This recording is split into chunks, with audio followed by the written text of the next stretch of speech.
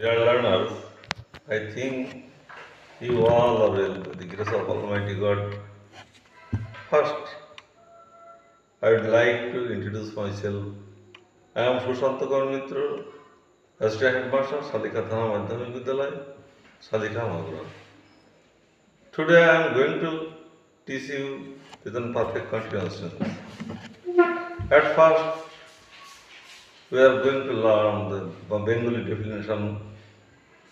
কোনো কাজ পূর্বে আরম্ভ হয়ে এখন চলছে বা চলিতেছে এইরূপ বুঝাইলে ভার্বের প্রেজেন্ট পারফেক্ট কন্টিনিউয়াস টেন্স হয়। আমি আবারও বলছি, কোনো কাজ পূর্বে আরম্ভ হইয়া এখনো চলছে এইরূপ ক্রিয়া বোঝাতে ভার্বের প্রেজেন্ট পারফেক্ট কন্টিনিউয়াস টেন্স হয়। এই টেন্সের গঠন প্রণালী সাবজেক্টের নাম্বার ও পার্সন অনুসারে হ্যাভ বিন, হ্যাজ বিন এবং মূল ভার্বের সাথে আইএনজি।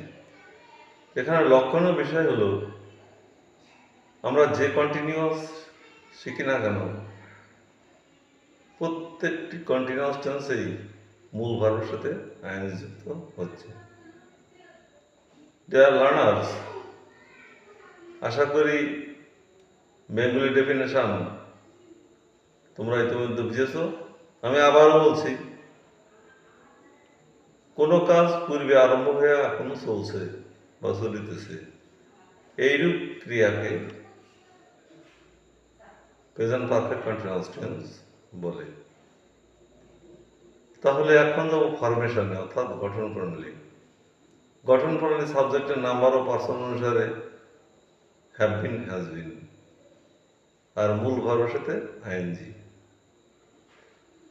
তবে প্রেজেন্ট পারফেক্ট টেন্স এবং প্রেজেন্ট পারফেক্ট কন্টিনিউয়াস টেন্স এবং প্রেজেন্ট কন্টিনিউয়াস টেন্সের ভিতরে পার্থক্য কি?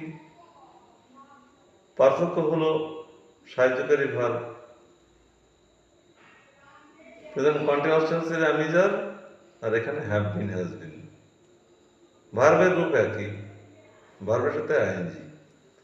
এখানে পার্থক্য হলো সময় উল্লেখ থাকবে, সেটা হয়তো নির্দিষ্ট সময় হতে পারে বা অনির্দিষ্ট সময় হতে পারে।